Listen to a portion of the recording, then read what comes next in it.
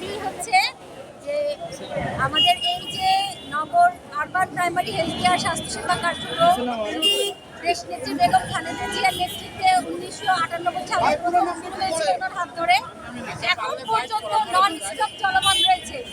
এখন আমাদের ভ্যালিড দাবি আমাদের যে সকল কার্যক্রম সেন্টার চলমান রয়েছে, কিন্তু আমাদের মহান সংসদে আমাদের মাননীয় প্রধানমন্ত্রী বলেছেন ওনার বক্তব্যে যে অচল ভবনগুলো নেওয়া হবে, কিন্তু আমাদের সেন্টারগুলো এখন পর্যন্ত সচল। এই যে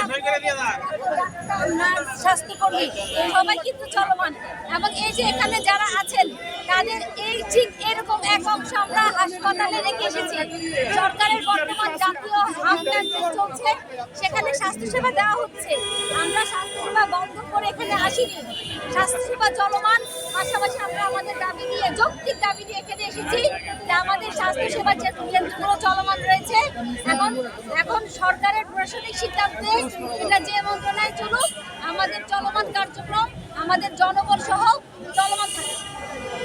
এই বিষয়ে কি তাদের কি লিখিতভাবে স্মারকলিপি দিয়েছেন কিনা তাদের কাছে? হ্যাঁ, আমাদের স্মারকলিপি আমরা স্মারকলিপি দিয়েছি, স্থানীয় সরকার সূত্রের মাধ্যমে আমরা স্মারকলিপি দিয়েছি। তারা কি বলেছে এই বিষয়ে? না, ওনারা জমা দিয়েছেন, এখন আমরা ওটার বক্তব্য পাইনি।